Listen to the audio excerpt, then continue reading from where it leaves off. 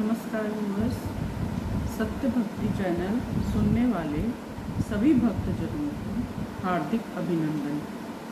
आज बात करते हैं सप्तमी तिथि की।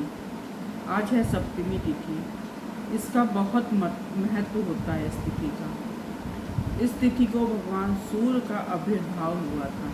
क्या आप जानते हैं सप्तमी तिथि क्यों की मनाई जाती है और इसकी पूजा पाठ आदि करने से क्या पुण्य फलों की प्राप्ति होती है? तो आज बताते हैं कि आज सप्तमी तिथि जो है वो भगवान सूर्य देव की को अर्पित है। तो आज के दिन भगवान सूर्य देव का आविर्भाव हुआ था, जो कि अंड के साथ हुआ था। उनका अंड से उत्पन्न हुए थे और वृद्धि प्राप्त की थी, वो भी अंडे में रहते हुए ही, अंड के अंदर रहते ही हुई उन्होंने वृद्धि को प्राप्त किया था। इसलिए उनका एक नाम मार्तंड पड़ा। भगवान सूर्यदेव को भगवान मार्तंड भी कहते हैं। जब ये अंड में ही स्थित थे, तब प्रजापति दक्ष ने अपनी कन्या, एक उनकी बहुत ही सुंदर कन्या थी, उसका नाम था रूपा, उसको इनको दान स्वरूप अर्पित कर दिया था भगवान मार्तंड को। जबकि ये अंड स्वरूप में ही थे, तो इनको उसी वक्त दान कर दिया था, जिसे इन्होंने भगवान ने पत्नी के रूप में स्वीकार किया। फिर विश्वकर्मा जी से दक्ष प्रजापति जी ने कहा कि इनको एक शरीर के रूप में संस्कारित कर दिया जाए। तो जो विश्वकर्मा थे उन्होंने इनके शरीर को संस्कारित किया, जिससे ये अत्यंत तेजस्वी हो गए।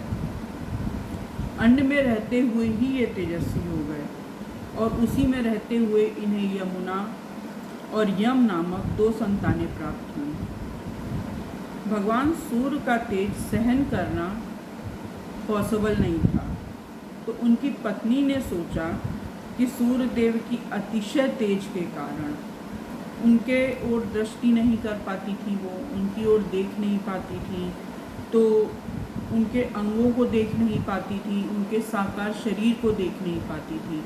इतना ज़्यादा प्रकाश और तेज था कि वो उसको देख नहीं पाती थी। तो उन्होंने सोचा मनी मन कि मेरा सोने जैसा सुंदर वर्ण है, मैं रूपवान हूँ और सुंदर शरीर की हूँ, लेकिन इन जो भगवान सूर्य देव हैं उनके सामने आते ही इनका सब शरीर जल जाता था और सांवला पड़ जाता था, तो उससे इन्हें बहुत दुख होता था।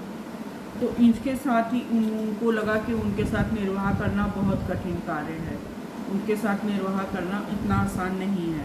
ये सोचकर उन्होंने अपनी छाया से एक स्त्री उत्पन्न करी। अपने बल से, अपनी शक्ति लगाकर इन्होंने अपनी छाया स्वरूप एक स्त्री को उत्पन्न करा और उसको ऐसी आज्ञा दी कि तुम भगवान सूर्य देव के नज़दीक रहो, लेकिन ये भेद कभी खोले ना कि ये उनकी असली पत्नी नहीं है, ये उनकी छाया स्वरूप है।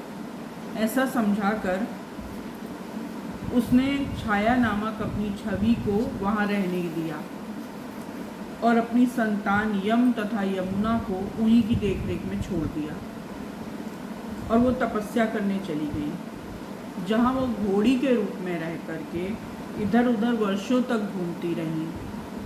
और सप्तमी तिथि को इसका पाठ करने पर भगवान सूर्य अत्यंत प्रसन्न होते हैं। इस कथा का पाठ करने पर, ये कथा अभी आधी ही है, अगली कथा मैं आपको अगली बार सुनाऊंगी आगे इसके कि क्या हुआ, परंतु ये आधी कथा है। और सप्तमी तिथि का महत्व इसीलिए है कि इस दिन भगवान सूर्यदेव की ये कथा आप अगर उनको आधी भी पढ़कर सुनाते हो, इसका कुछ अंश भी सुनाते हो भगवान सूर्यदेव के सामने, तो भगवान सूर्यदेव अत्यंत प्रसन्न होते हैं और पुत्र, धन, धान, स्वर्ण, आरोग्य आदि प्रदान करते हैं।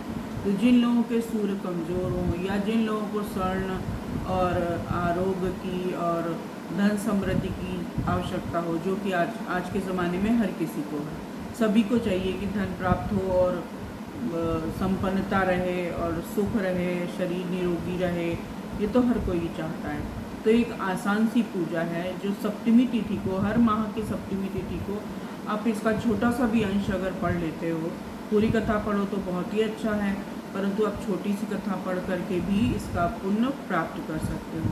भगवान सूर्य देव के निमित्त आपको संकल्प लेना है, हाथ में जल ले, अक्षत ले और उसके साथ संकल्प करें सप्तमी तिथि को कि भगवान सूर्यदेव मैं अपने आरोग्य के लिए, धन संपत्ति के लिए, स्वर्ण प्राप्ति के लिए और जीवन में सुख की प्राप्ति के लिए, पुत्र की प्राप्ति के लिए, इसको पढ़ने से पुत्र की भी प्राप्ति होती है। भगवान सूर्यदेव संतान के दाता माने गए हैं, विशेष तौर से पुत्रों के लिए यशस्वी तेजवान पुत्र की प्राप्ति होती है।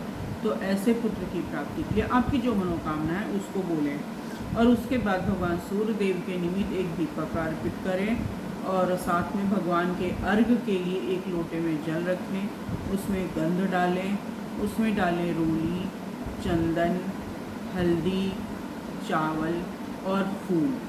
इतना डालकर एक लोटा जल आप मंदिर में रखें। उसके बाद इस कथा का कुछ भी अंश जितना मैंने आज बताया है उतना भी अगर आप पढ़ते हैं भगवान सूर्यदेव को और उनको अर्पित करते हैं कि अपनी कथा पढ़ी हुई कथा आप भगवान सूर्यदेव के निमित्त उनको अर्पित कर रहे हैं, तो भगवान सूर्यदेव अत्यंत ही प्रसन्न होते हैं।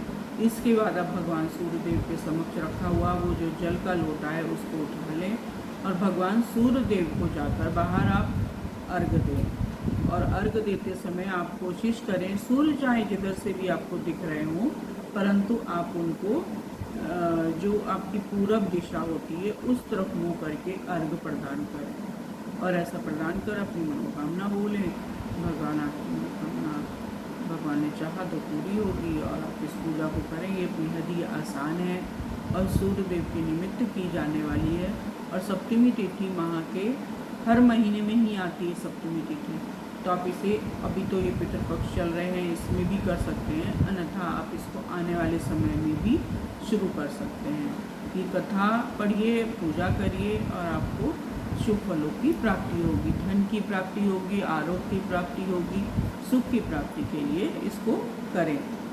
और अगर आपको ये चैनल अच्छा लगता हो तो प्लीज़ इसे लाइक कीजिए, सब्सक्राइब कीजिए और शेयर कीजिए ताकि मैं ऐसी अच्छी रोचक जानकारी आप लोगों के लिए लाती रहूँ। धन्यवाद मित्रों।